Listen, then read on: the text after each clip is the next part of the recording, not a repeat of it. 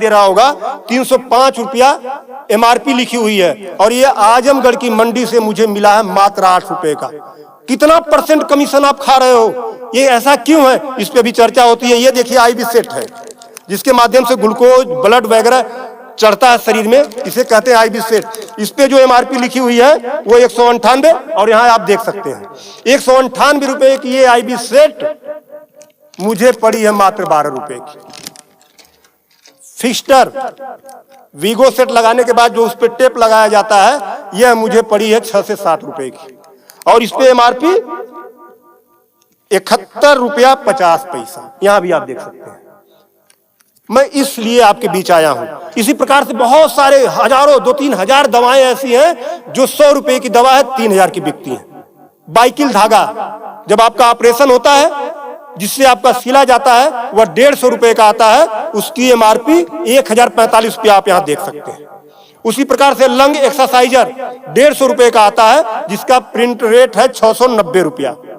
बुखार में जो पैरासीटामॉल की जो बोतल आती छोटी सी, वह 50 रुपए की आती है, और उसकी MRP यहां आप देखें MRP 522 रुपया है। कमर की बेल्ट जो 100 रुपए की आती है, उसे 500, 600, 700 रुपया प्रिंट।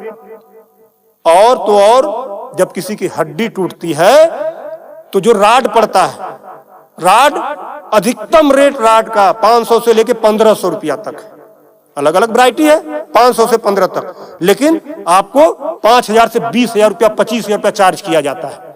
आपके दिमाग में आ रहा होगा कि अरे भाई डॉक्टर लगा रहे हैं तो उसको देखिए, डॉक्टर जब आप अस्पताल में भर्ती होते हैं तो बेड चार्ज अलग, नर्सिंग चार्ज अलग, जांच की फीसें अलग, वो सब चीजें करने के बाद 1500 रुपए की चीज खरीद कर आप 20-20 हजार का बेच रहे हो।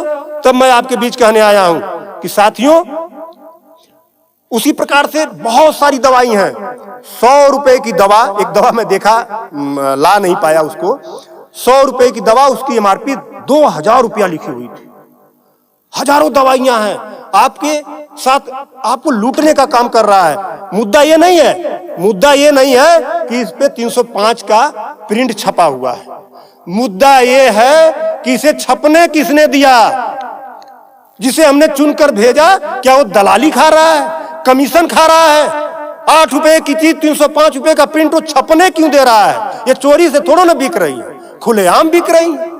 तो ये जिम्मेदारी सरकार की है। इसीलिए मैं कह रहा हूं कि आइए, और ये मुद्दा किसी सपा, भाजपा, कांग्रेस, किसी नेता का थोड़ा ना है, ये भारत के 140 करोड़ जनता से जुड़ा हुआ मुद्दा है।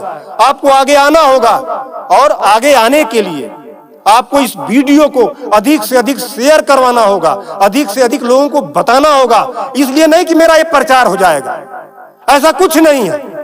इस मुहिम को जब ये वीडियो शेयर होंगे, सोशल मीडिया एक ऐसा प्लेटफॉर्म है जिससे सरकारें हिल जाती हैं। आज मैं इस चीज को लेकर आया हूं, ये जनता से जुड़ा हुआ मुद्दा है। जब आप मेरी इस बात को, जनता की इस आवाज को अपने इलेक्ट्रॉनिक गैजेट्स के माध्यम से आगे बढ़ाने का काम करेंगे, निश्चित रूप से सरकारें डरेंगी। और मैं तो कहता हूं, सरकारों को जनता से डरना चाहिए, जनता को सरकारों से नहीं डरना चाहिए। तब मैं आपके बीच कहने आया हूं कि आइए मेरे इस मुहिम को आगे बढ़ाएं। कि बात 305 रुपए की नहीं है, बात उस गरीब की है, उस रिक्शा चालक की है जो दिन भर में 450 से लेकर 500 तक की मजदूरी पाता है। अगर उसकी तबीयत खराब हुई, वो बेहोश हो गया, उसके घर वाले किसी उसको अस्पताल लेकर जाते हैं, तो 305 रुपया वो अस्पताल केवल वीगो का चार्ज कर लेगा, फिक्स्टर का 71 रुपया चार्ज कर लेगा, और IB सेट का चार्ज कर लेगा।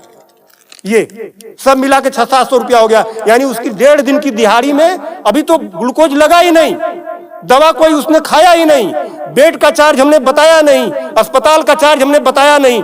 1.5 दिन की दिहाड़ी उसकी केवल इस 3 आइटम से चली गई। आगे की दवा कहां से आएगी? तब उसका बाप खेत बेचेगा, उसकी बीबी गहना बेचेगी।